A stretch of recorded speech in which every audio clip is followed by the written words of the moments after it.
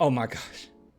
Oh my gosh. It literally, I'm looking at the chat and literally someone said Kevin Garnett talked about Wemby earlier. Yep, that was actually the next thing we were going over is Kevin Garnett talking about Wembanyama.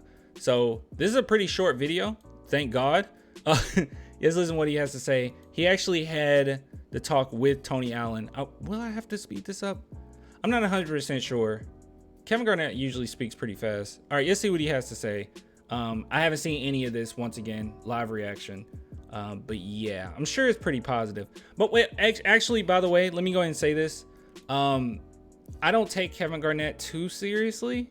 I'm just gonna be honest, not too seriously. Like, I do like his stories about him and Tim Duncan or whatever. But when it comes to like projects, or not projects, I'm sorry, prospects, I don't take him serious at all. You guys remember when he said Thonmaker would be an MVP, like an NBA MVP?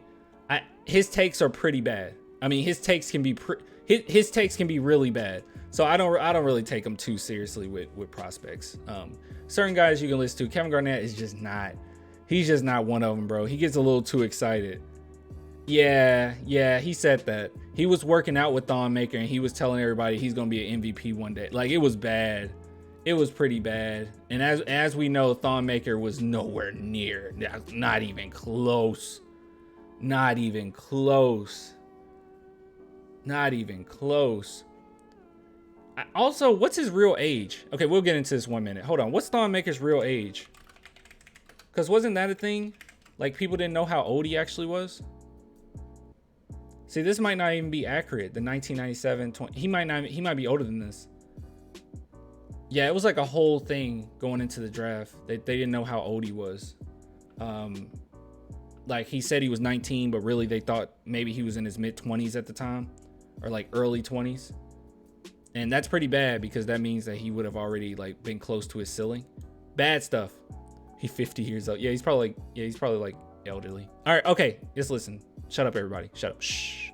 Shut up. The Spurs are the sneakiest. They snuck. Listen, Pops, he slid out, you know what I mean? Got out, he chili sauced out of there, right? Yeah. And boom. When they got the #1 pick, actually I thought Wembanyama, if I messed his whole name, I apologize. Victor, I'm gonna call his ass Victor, right? The new alphabet man. Right. Bro, I thought he was going to Charlotte. And then Charlotte got down to 2. I was like, oh shit, what? It's surprised. Were you shocked that the Spurs got the #1 pick?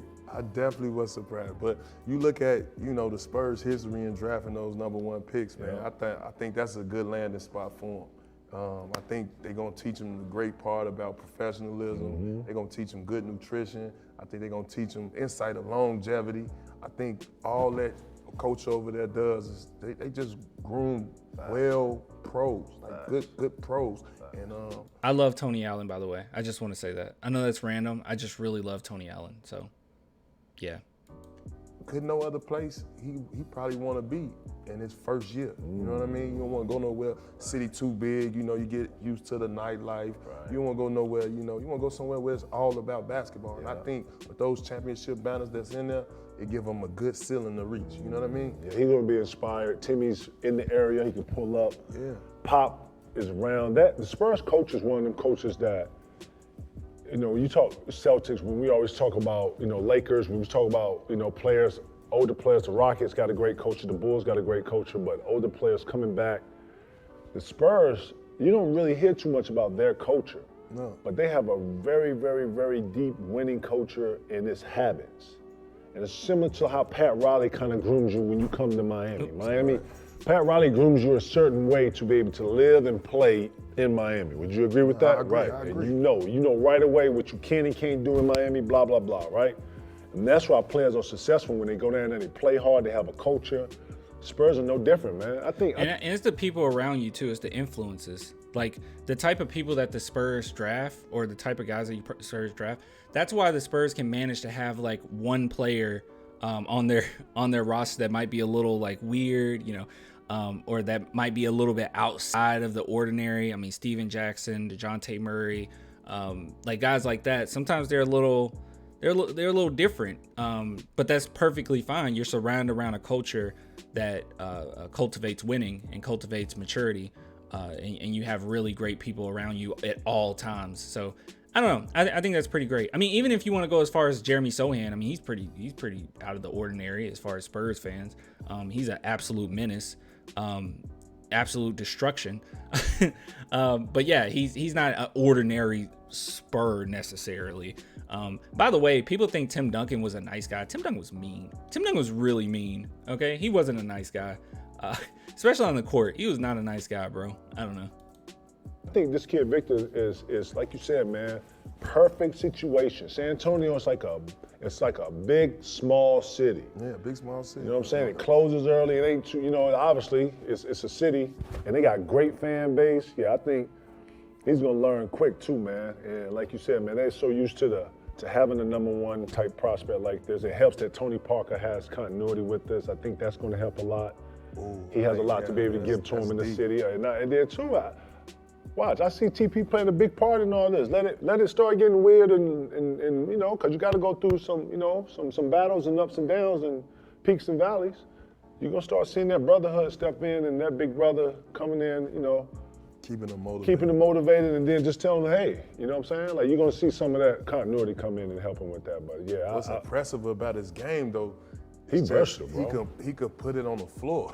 Bro, he's like do you start him at the point? Where you put him at? Where you put him at? That was my question. I'm like, man, are you gonna position him at the 3, the 4, or the 5?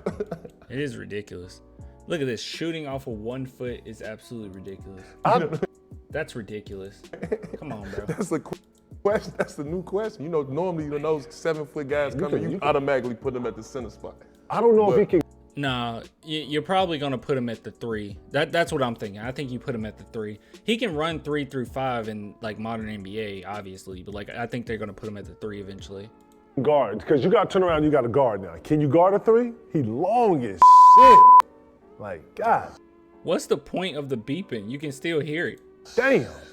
Like Lord, switching everything. You ain't really got to guard that much you switching on the pick and roll all the time. Bro, you can't be a 3 and then you on the right side of the zone and we like this and you know what I'm saying? Right. He's 7'7" playing the 3. Man, that'll be impressive. Man, I saw him hug Rudy Gobert. He little boyed him like, yeah, what's up? Like, that is wild to me. That is absolutely wild to me because Rudy Gobert is huge. He is absolutely huge, and he looks like a little baby. Hold on, let's look this up. He looks like a little baby. Look at this. Hold on, look at this. Look at this. It's ridiculous. Look how little he looks. Rudy Gobert looks so little. He looked like one of us going up against an NBA player or standing next to an NBA player. It's ridiculous. Hold on, I think there's a video of it too. Okay, that's just him giving him the MVP. He looked tiny. He looked tiny compared to Wembanyama. He's so tiny. Yeah, this is gonna be great. This is gonna be a really fun season. That was a good reaction. I mean, not good reaction. Sorry. That was a good video. Kevin Garnett, like I said, I make fun of him because of how he sees like prospects and stuff. I mean, the fact that I'll never let that like go away. The fact that he said Thon Maker will be an MVP. But overall, like when he talks about the Spurs, it's always positivity. Like it's always something positive. So that's pretty cool. Yeah, and good stuff, KG, good stuff. And I love Tony Allen, by the way. If you don't love Tony Allen, I don't know what to tell you. He's a good storyteller. Exactly, he is. Yeah, definitely.